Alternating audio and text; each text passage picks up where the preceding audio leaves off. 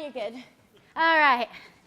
Now we can start. I know it's very important for startups to be lean. So I like to do a little yoga before every talk. Okay. So I'm actually going to do two presentations today. The first is about the state of global entrepreneurship, and I'm going to tell you why in a minute. And then the second one is about how to grab the attention of the press if you're a startup. I've been a journalist in technology for the past 7 years. I started writing for TechCrunch in London in 2006, 2007, and I've been doing tech ever since. So hopefully I can give you some insight into how to launch and how to grab the attention of technology journalists. But first, I want to talk to you about Startup World. This is a project that Eric and I have been running for the past year and a half.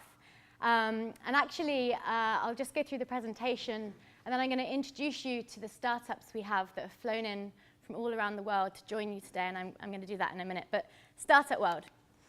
So when I came into Silicon Valley 4 years ago, at the end of 2010, I was writing for the Next Web. I was the video director, so I had to cover startups in Silicon Valley. And I came here with the promise that Silicon Valley was a place where entrepreneurs were pushing the human race forward, where they were solving real-world problems and changing the world. In fact, when I got here, this is what I found. So as a journalist, I was being pitched photo sharing app after photo sharing app, and I was like, WTF, where are all the startups that are changing the world? So at the same time as this trend, I noticed another trend, which was the growth in international entrepreneurship. I actually was down at an event, covering an event at Plug and Play, and I did a video interview with the Minister of Digital from Iraq. And I was like, you're from Iraq, what are you doing in Silicon Valley? Okay, we have another one, great. So I was like, what are you doing here? What the WTF are you doing here? And he said, Hermione, I'm learning Silicon Valley culture because I want to take it back to Iraq and create a Silicon Baghdad. He didn't. Not yet. Okay, he didn't yet. But so we started to do more research into global entrepreneurship and the state of startup culture around the world. And we discovered that there's actually, as a lot of you probably know, huge amounts of innovation happening in places that you cannot even imagine. But there are a few things that are missing from these ecosystems. So put your hand up. What is missing from startup ecosystems outside of Silicon Valley? Funding. Funding, yes. Circle jerk. The Drapers. The Drapers, yes. Motivation, culture. Huh? Success stories. Success stories, yes. Stanford. Women, yes. Laws that are more forgiving of failure. Exactly, yeah. In Silicon Valley, failure is seen as success. Good universities, Stanford. Yeah, talent. But I call it the Silicon Valley circle jerk. And what this means is the concentration of press and media that shine a spotlight on Silicon Valley startups is like none other in the world. It's really not. The concentration of press covering startups in Silicon Valley is extremely high. And startups in Africa and South America and Europe and Asia are not getting the same type of coverage.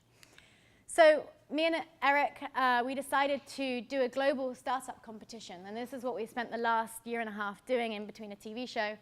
So we traveled to 25 countries around the world. And we decided that we could try and bring this international press and this international media and help them focus on startups outside of Silicon Valley. So we went to 25 countries last year. We put on events, pitching events in 25 cities around the world. And if you think Silicon Valley is exciting right now and it's booming here, you really need to go to Rwanda in Africa or Peru in Chile. Not Peru in Chile, Peru and Chile. Or you need to go to Buenos Aires or Rwanda or Tanzania, because startups startup culture there is growing. There's a huge amount of activity, and the quality of startups are very, very high. Where did you go in the Middle East? In the Middle East? Actually, we didn't do the Middle East yet. That's going to be Startup World 2.0. We have 3 people here from 4. Okay, yeah. Actually, my friend runs PITME, Peace in the Middle East. Nima, yeah. Anyway, that's another story.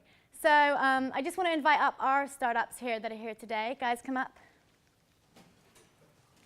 And we're just going to talk for a couple of minutes each about what's going on. I mean, I know you guys are international, but I just want these guys to talk a little bit about what's going on in their startup ecosystem. So first up, we have Vancouver. Yeah. Mike, say hi. Hi everyone. Anyone from Canada? Yeah, so my name's Mike. I'm with a company called Change Heroes. We're on a mission to one day see a world where every child has access to education. We built an online fundraising platform that enables anyone to build a school. The ecosystem in Vancouver is growing. There's a lot of good government support. If you're looking to build a product, it's a pretty good spot to be in that the government has a lot of government grants where they subsidize up to 80% of your development costs. So pretty good to start a startup, but when it comes to scaling and going to market, we tend to come down here and do that. All right, Montreal. Sorry, Montreal. Montréal. You're not allowed to say the T. Français canadien ici? No, I didn't think so. Okay. My name's Jeff. I'm really active. We do context as service, being able to identify everything, everyone that's present in a space. You can do some really cool stuff with that. We enable a lot of applications. I'd say real quick about Montreal and Canada. I've worked in the Bay Area as well, had some experience here in Germany as well. When I started my startup, I wanted to go back to Montreal for one very important reason. It's because there's great people, like my co-founders that are there. Very experienced, a lot of universities, great talent. You have then also some awesome subsidies that are even better than they are in British Columbia. All that is great. The problem though is, and one of the reasons why we're really excited to be here with Hermione is because when you want to get money and stuff, it still is here and you still have to have a presence in the Bay Area for so many different things. So it's good to be able to leverage the best of everything that's available. And we definitely don't have circle jerk. No, our investors won't do anything. All right, Mexico City. Hi, I'm Jose. I'm here with my co-founders, Antonio and Marisol. We develop technology, hardware and software for energy efficiency in buildings. We measure the amount of energy you are using inside, and if there are people inside, if you are using HVAC or the light bulbs, we measure that, send it to the cloud, and after that we have an index. We measure that index and compare you with an efficient building. So we know exactly where the opportunity areas are inside your building, and that's what we are doing in Mexico. It has been very, very difficult to raise money in Mexico, but we're doing okay, so we're representing Mexico here. The Mexican startup ecosystem, I think, is growing pretty fast.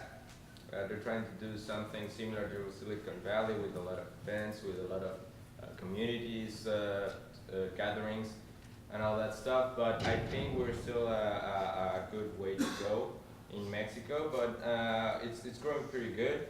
As Jose said, we're missing, and as Hermione said, we're missing a lot of funding. It's still a lot better to get funding here in the United States, especially in San Francisco, but we're doing pretty good. We're feeling pretty good about our technology and our and the people in the Mexican community. I think we have a lot of talent, and it's growing pretty good. All right, Lima, Peru. Well, I'm Mario. This is Gianfranco. We're from Lima, Peru. We're from Depot. Depot is a mobile application that helps big companies to communicate employee perks. So we cross this information with GPS data of the stores. Well, right now we are working with big companies in my country. The startup ecosystem in Peru is right now really growing. Right now there are a lot of events about startups, some accelerators or incubators in Peru, and some universities are doing some new work about startups. Right now the Peruvian government is launching a program about startups. It's like the Chilean Startup Chile. Chile. It's like a startup Chile. The name is Startup Peru. Very original. Yeah. But okay, I think it will be okay in some months, so I will hold this, and that's all. Thank you. All right, good job, guys. Thanks. Cheers.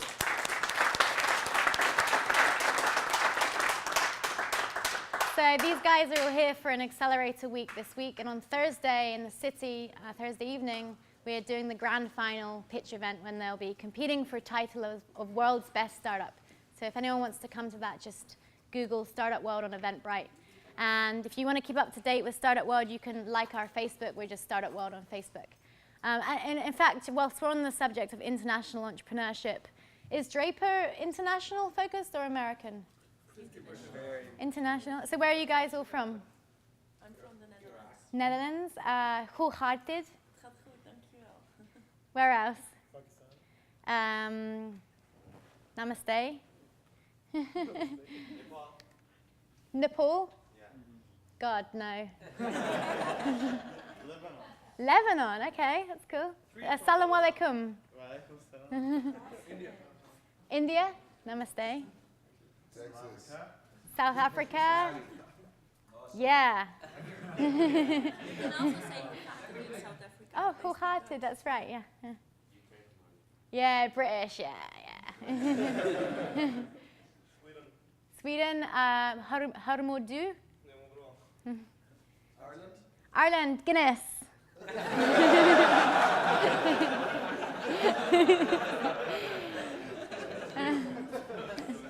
All right.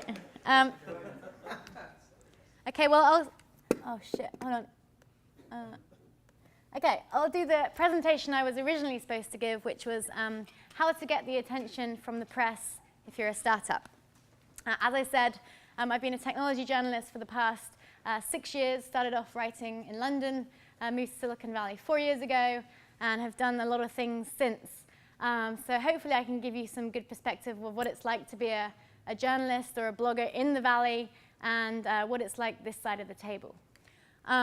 So this is the do's and don'ts of how to get the attention of the press. So my first do is think outside of the box, literally. This is my inbox right now. As you can see, I have nearly 19,000 unread emails. And that's because as a blogger, as a journalist, we get sent so many press releases. I probably get sent 30 or 40 press releases or some sort of launch news every day. So when I say think outside of the box, try and use other platforms to communicate with bloggers and journalists. You'll find that different bloggers and different journalists prefer different platforms. For example, I'm really into Facebook. I love Facebook. I'm on it all day long. If you send me your press release on Facebook or you send some contact on Facebook, I'm 90% more likely to reply than if you send me an email. I just hate email. It's just, I don't want to deal with it. So Robert Scoble, does everyone know Robert Scoble? He loves Google+, right? He loves Twitter. So if you send him a message on Google+, he's more likely to reply than if you send him an email. So when I'm talking about think outside the box, I'm literally thinking try and find bloggers who are using different platforms to communicate with their audience. Do. Have an interesting story. So this is a quote from Michael Arrington. Actually, it was Robert Scoble who asked him one day, so what do you think you are? What are you? Are you a journalist? Are you a blogger? Are you a business guy? And he actually turned around and said, actually, I'm not a journalist. I'm an entertainer. So do have an interesting story. You know, if Michael Arrington thinks that he's an entertainer and his readers need to be entertained, you need to come up with an interesting story. And I think a lot of startups that pitch to me, they just tell me what their company does. They're not telling me what problem they're trying to solve or what the impact is of solving that problem. And always funny anecdotes, or two of our team members at Startup World are sleeping in the same bed as each other. They're not gay. Not that that's a problem, but this is part of the startup journey, right? We're all bootstrapping, we're all sleeping, I don't know, God knows where. And so they're telling me the story, we're in San Francisco, we could only afford one hotel room because we're bootstrapping. This makes the story a little bit more entertaining. So just think about that when you're pitching to the press. If somebody comes up to me and is like, we're a social media dashboard, it's like, no. But if like, yeah, dude, I'm so tired because I had to share my bed with my co-founder last night, you know, that creates an emotional reaction in me because it's funny. So do think of your story when you're pitching to journalists, and do make sure you have thought of how your story comes across. Do think of unusual ways to launch. We're living in a time where everyone has a startup, everyone's changing the world, everyone's raising $1 million, everyone has Ashton Kutcher as an investor. So, you know, we're in a time where when you launch your startup, you're competing against probably 300 other startups that are launching on the same day as you. This is a good example of an unusual way to launch. This is a marketing campaign I helped start up with called Huddle. Huddle is an enterprise software solution, kind of like Salesforce. Anyone heard of Huddle? You've heard of it. It's a British startup. Is it a sports app? No, it's an enterprise solution. So this is Huddle on the right here. They're at this point, I think they were a 20-person startup, and they do exactly the same thing as Microsoft SharePoint. Now, obviously, Microsoft SharePoint is Goliath. It's this huge corporation, billions of dollars in backing. They were like, Hermione, how can we make some noise in the market? How can we get SharePoint customers to use Huddle? We have a better product. We have you know, better UX, better design, better development, but how do we make noise? So we came up with this idea that we would march a 120-person marching band with cheerleaders with Huddle t-shirts into the Microsoft SharePoint conference in LA, in Anaheim. And this is like, you know, Microsoft's flagship conference in Anaheim. Everyone's like buttoned down, very serious. And, you know, we're this small little startup that has like hardly any budgets. We hire this marching band, and we marched them into the conference and around the conference center. Of course, the police were called. The cops came, and they closed us down, and we were covered in every tech blog, TechCrunch, the Next Web. The title was "Police Called as Microsoft Shuts Down Huddle." So that was like awesome. That was like the best press we could have ever got. Okay, it was slightly negative, but you know the quote, any press is good press. And also, you know, it was this big Goliath, this big corporation, Microsoft, evil, shutting down this small, thriving startup that was just trying to make some noise. So it was a good perspective in terms of a story. So do think of unusual ways to launch. Do sell press the bigger picture. This was a towing startup. They pitched to me, I think, here in San Francisco, and they said, yeah, we have an app that streamlines towing. And I was like, that's really boring. That's so boring. But then, then they told me if they can streamline towing. They told me the size of the towing industry. I can't remember what it is now, but they told me, you know, there's a lot of excess when it comes to towing. And this app was kind of like the Uber for towing, and it would get the drivers paid more. It would waste less gas mileage in terms of, you know, for the environment. And so, you know, by giving me the bigger picture here on their product, on their startup, then I could see that actually this small app, this Uber for towing, was actually a really sexy story. And I ended up writing about it. And the bigger picture was that they were saving the environment by using less trucks on the road. There was less waste. And so this was became a really interesting story. So just make sure when you're pitching, you know, you always kind of like zoom out and give the world view, the world picture.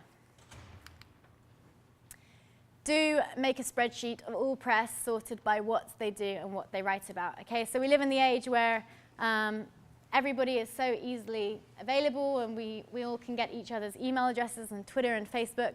I found really helpful is to write an address, write a spreadsheet of different tech bloggers, what publication they write for, what their beat is, what they cover. This might seem very obvious to you, but you know, I do like consumer app coverage, and some people pitch like hardcore enterprise stuff or clean tech. And I'm like, dude, that's not really my game, so why waste the time sending me that press release? You could have just looked at your spreadsheet, saw who does environmental stuff or whatever it may be, and send it straight to him. So each journalist, each blogger has a different beat, has a different patch that they cover, and so make sure you just recognize that and send the right release to the right journalist. Otherwise, you're just wasting their time and you're just wasting your time, and they're not going to look at it. Don't assume conversations are off the record. You've probably read TechCrunch, where they publish emails without editing, whole emails from investors to legal to spats they're having. There was a famous spat with Snapchat where three of the founders were arguing over who actually founded it. TechCrunch just publishes everything. So it's kind of like yoga. Just be mindful.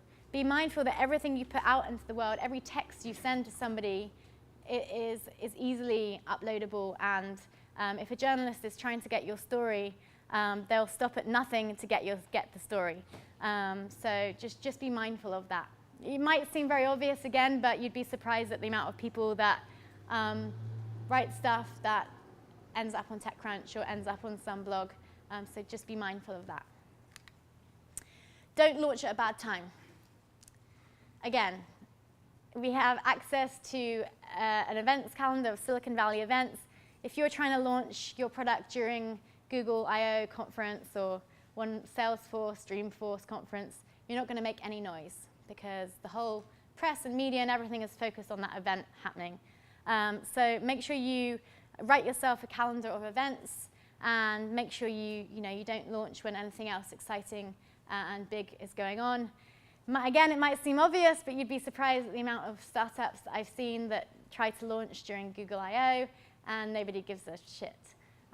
So just make sure you're mindful of that. Don't misunderstand lead times. Many journalists write for publications that are bi-weekly or bi-monthly. As a journalist at the Next Web, our quota was 6 posts a day. That was our minimum of what we had to publish every day. So I already had my week planned of roughly what I was going to publish every week.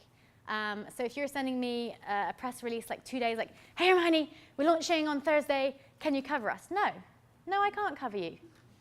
No, I've got like 12 other stories I need to push out, so no, I'm not covering you. You should have thought about this before. So just think about that. Journalists, bloggers are very, very busy. They're up to the eyeballs in emails. They're up to the eyeballs in tweets, Facebook messages. I showed you my inbox earlier. We have 6 posts to write a day. And just be mindful of understanding that, bloggers aren't at your beck and call. They often have editorial calendars and scheduled events. Don't go too big with a launch party. So you've launched your product, you have a great startup, you get funding, and then you spend all your investors' money on a party, a lame party that gets covered in TechCrunch and sends out the wrong message. Okay, whilst you might want to have a launch party and create some buzz and excitement, just be aware that this can happen. This was a startup called Viral, a video startup, and they had like strippers dressed as doctors, and it was just really distasteful, and yeah, it ended up. They pitched for us. They came and pitched you. Oh, really? Yeah. Oops. Were they good? Well, they're still alive. Yeah. I like the product. They're still going. They have a good product. I mean, they have a great product. That's the thing. The problem is now it's marred. Their brand is ruined by this lame kickoff party that they had. So just be mindful of that and don't default to strippers and alcohol. Do something interesting. Do ICE VCs. So this is a story of a startup, Punch. They were at 500 startups, and this is a video of them on their way to meet Dave McClure for the first time. And they decided they were going to ice David McClure, which might seem crazy, But if you know the type of investor, the type of person Dave McClure is, he loves like fun stuff. He loves craziness. So they got his attention by icing him, and in the end he ended up investing, and they got acquired by Google like 3 months later. So if you are trying to get attention of investors or press, think outside the box in terms of how you can get their attention. What do you mean by icing? I think they threw. Yeah, they'll tell you later. No, they threw ice on his head.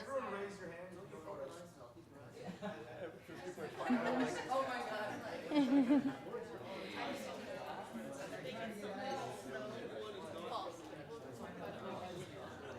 Anyway, so that was their story.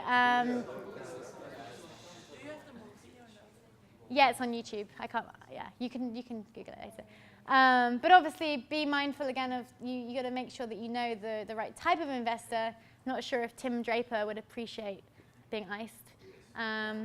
So just be mindful of that. Do a TV show and grow a thick skin. I'm not sure if any of you know, last year I did a TV show on Bravo called Startup Silicon Valley. It was an amazing experience. You know, every day leading up to the broadcast and the show, we were in press, on the front cover of the New York Times.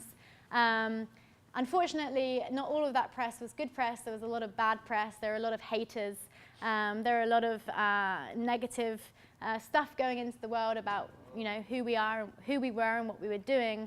But still, you could never pay to get your startup on the front of the New York Times. You could never have that much money in advertising to pay for that. So yeah, I had to act like a dick on camera for a few months, but I got my startup on a national TV show in front of 88 million Americans, and I got on the front cover of the New York Times. So for me, it was like a win-win. I would never have been able to, our startup would never have been able to afford that amount of press coverage. So if you do get offered a TV show, you know, there's a lot more media in Silicon Valley now. TV is still a great channel. It can get you in front of millions of Americans. If you have a consumer product like we did, it can really get you to your target market. It can get your products in front of the right people. And we actually, from the TV show, have had a lot of new opportunities. We got investment from the TV show. So even though in the end the TV show got a lot of negative press and wasn't necessarily a positive thing, in my view, it was a win-win because we got our products in front of millions of Americans and actually global as well. So do a TV show. Yeah? Did you ever feel like your skin wasn't thick enough and you got really hurt by what was going on? Yeah, I mean, at first you're like, why is she writing that about me? I'm a nice person. But you just, you know, like I say, opinions are like assholes. Everyone has one. So, you know, if you ever stick your head above water, if you ever do something out there, if you're ever disrupting a market, you're going to get people hating on you. You're going to get people, like, beating you down. You know, like Microsoft called the police on Huddle, this little startup. You know, you're always going to get people that are going to bitch about you or talk about you or criticize what you're doing, and you just have to grow a thick skin. But yeah, at first, you're like,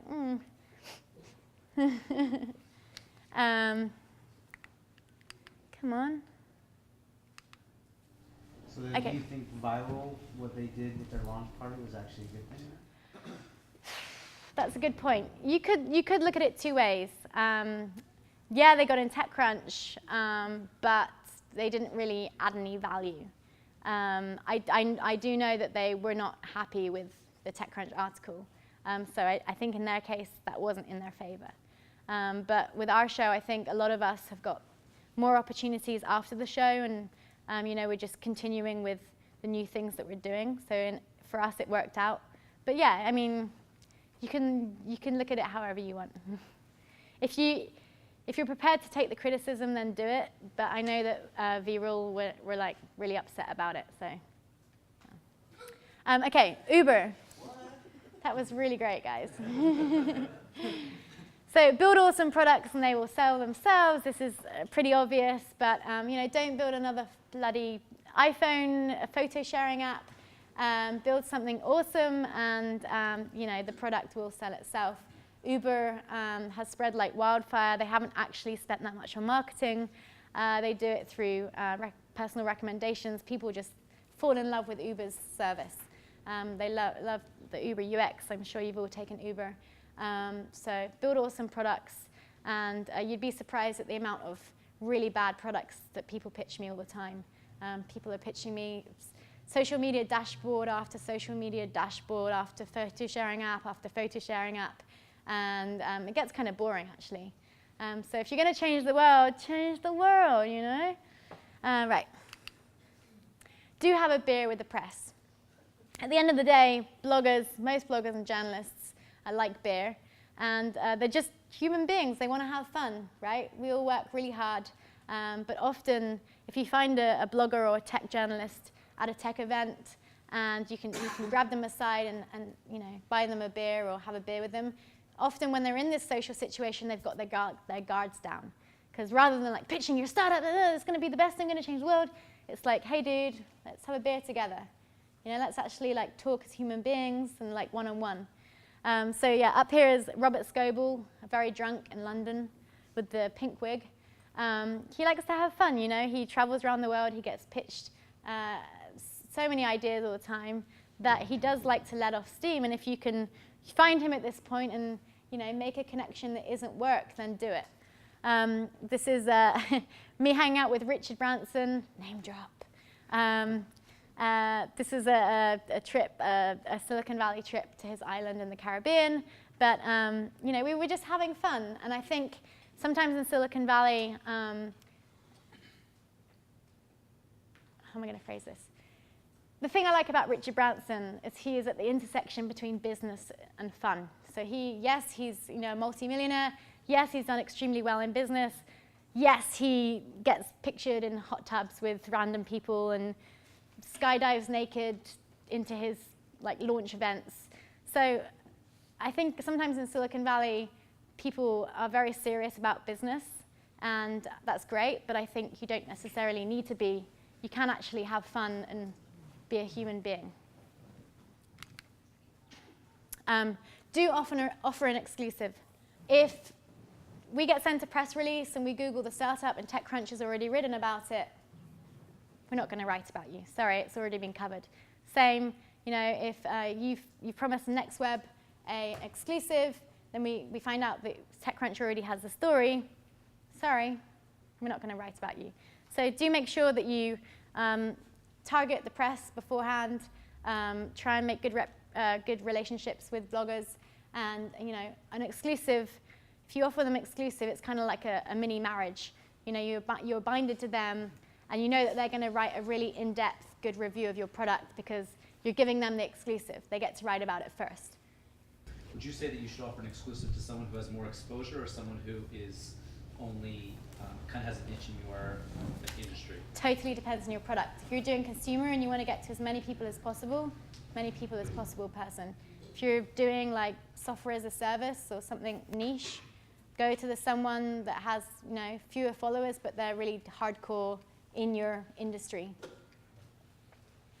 So yeah, exclusives are a really way to make sure a startup gets in the press and make sure it's covered. So just think about that. Do give away free stuff. One of the perks of not getting paid very much to write about startups is that you get free stuff. Yay! So you know, give journalists free trainers or laptop stickers or caps or whatever it may be. We absolutely love that stuff. Next. Do start a conversation using social media. This is kind of what I touched on before. You know, I'm much more likely to reply if you tweet me on Twitter and Facebook rather than email. And you know, do start that conversation. Do start that relationship. Yeah. What was the most exclusive thing you ever got? Exclusive thing. I interviewed Mark Zuckerberg. Well, not one-on-one, in a group interview. That was pretty cool. He ignored my question. But at least I asked the question, right? It was like 3 years ago at F8, and it was about how it was before Facebook monetized, And I was like, what do you do? Something to do with monetization. And his press people were kind of like, okay, next. I was like, oh. Anyway, do start a conversation using social media. Oh, I just did this. So Zappos, for example, an example of a company that is human, that starts conversations with people, great customer service, and they often, will tweet you, they'll Facebook you, their staff, they'll start a conversation. So don't be afraid to do that. Contests are a great way to get your product or brand out there. So do pitch a contest. Hey, Hermione, we've got these 10 new pairs of trainers, self-heating trainers. Can you reach out to your followers and do a contest, the top 10 replies win? So, that's a really good way to engage customers, to engage people with your product. And that's it. Thank you.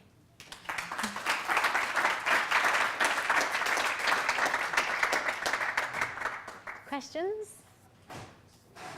So, how effective are press embargoes, especially for startups and?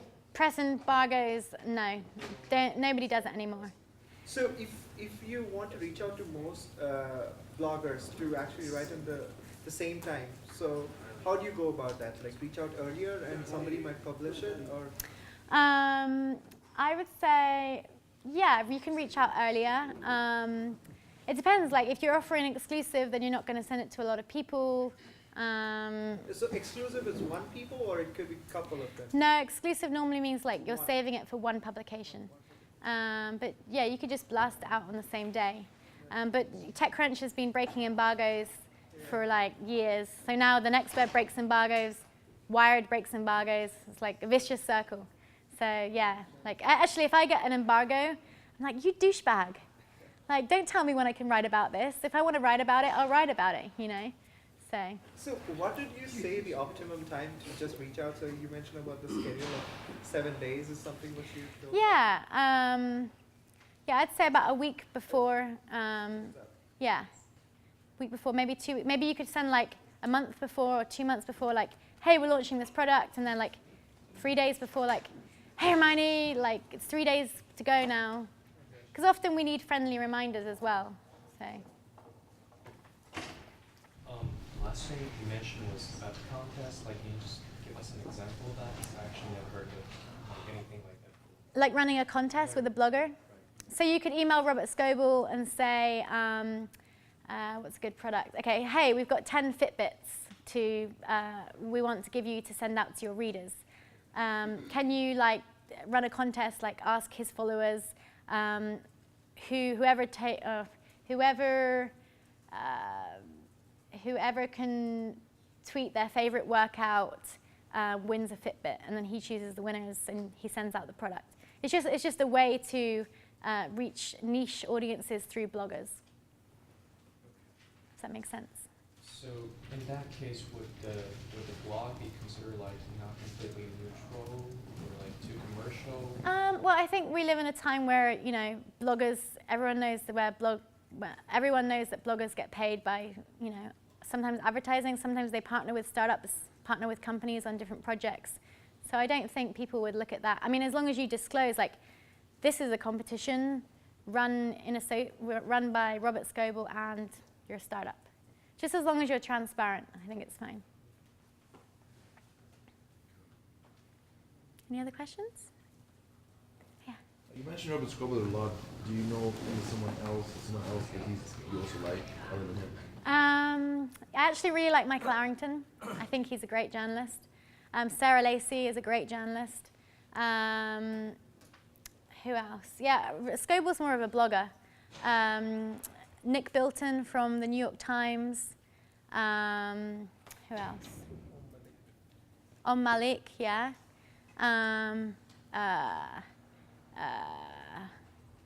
There's a lot. Who else is a good journalist? A friend of mine, Jolie Odell, writes for VentureBeat. Christina Farr, she writes for VentureBeat too. I mean, there's a lot. What's the best place to find out about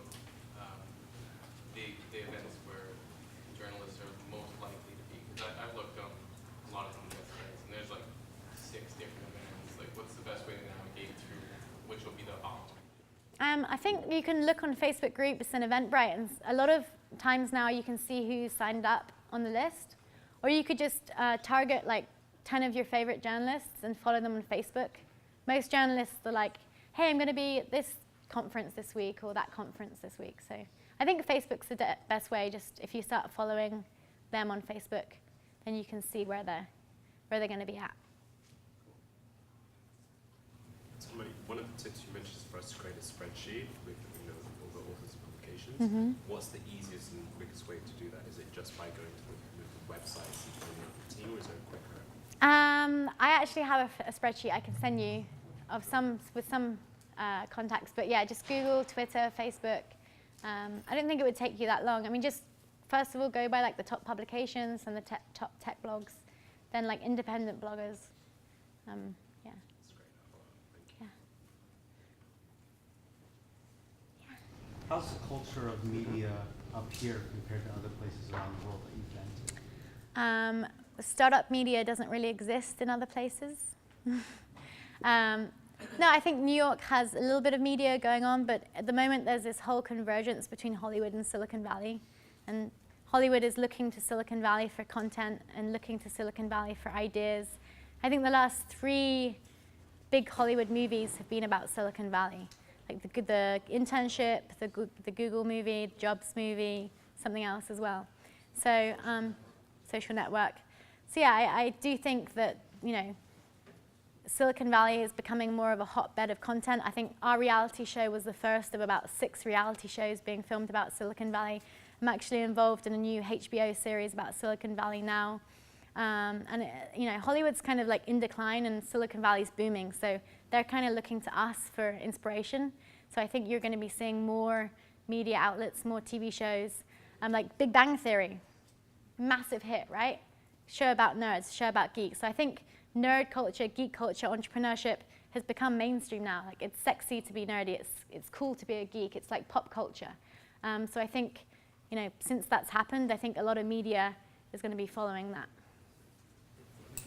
You talked about partnership with bloggers.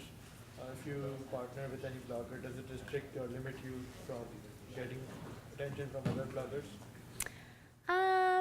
It could do, but I would say like if you can build any relationship with any journalist or blogger, just go for it and don't worry about anybody else. Should you directly offer partnership or equity or something like that? You what? Should you directly offer your partnership or equity from your startup? Oh no, not equity, not equity. So hold on a minute. So, okay, so people like people like BBC journalists, and you can't like bribe with shares, like write about my story and I'll give you like 5%. But you can run competitions. The lines have been blurred because journalism has changed. A lot of independent bloggers like Robert Scoble, they're not considered serious journalists, but they have millions of followers. So it depends on what you want. If you want serious journalism, go to the BBC, go to Wired, but you can't bribe them with shares. That's like against the journalism code. But if you want something maybe a little less serious that goes out to millions of people, where maybe you can bribe him with ice cream, or maybe not shares, but run a competition or give him free product, then he's probably going to write about your story. So there's kind of like some blurred lines.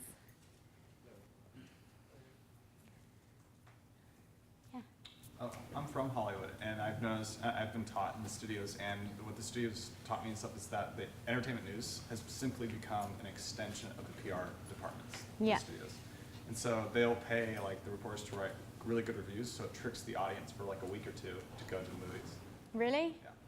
Yeah. So it's kind of like, I see what you're saying, the lines have been blurred, but there's been reporters that write bad reviews, and then they're not invited, the studio totally blocks off that whole news department or whatever. So you cannot ever write a review for the studio ever again. So actually, on that point, one of my favorite journalists right now is Sam Biddle from Valleywag, and he is like bringing down Silicon Valley one blog post at a time, and he has such a tough time because Silicon Valley is very insular, and because he's writing balanced pieces, but they're hard hitting, and they're Biz Stone tricked his co-founders, and He's writing real journalism, but he's not getting any friends. He's been like renegated, like he's been outlawed.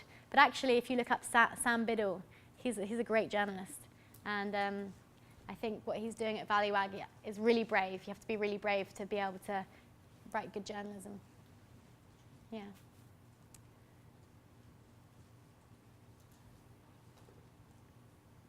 Is there any best practices you recommend to go about reaching out to journalists? Like, is there any?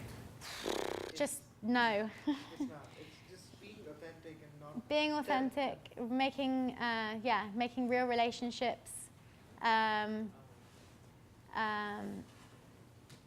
Actually, I can remember, where was I?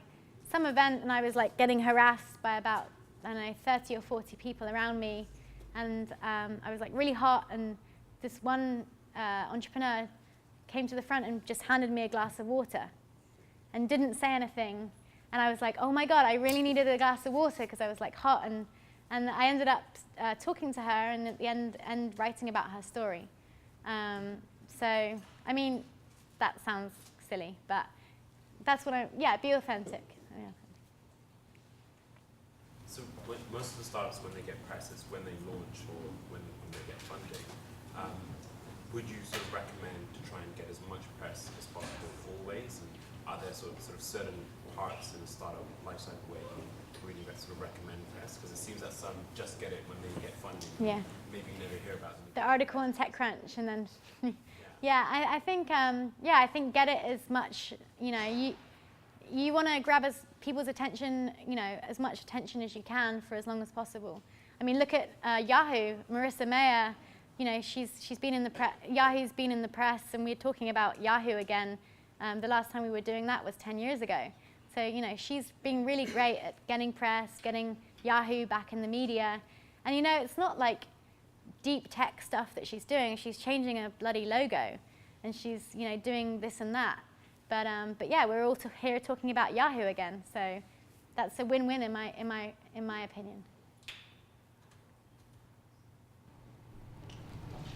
Going off of that, then how would you deal with that whole chicken and the egg problem of like whether you make big things happen, which takes up a lot of your time, or you line up and get the press ready for what you want to push out, because press is busy. Yeah, I think you should try the organized strategy.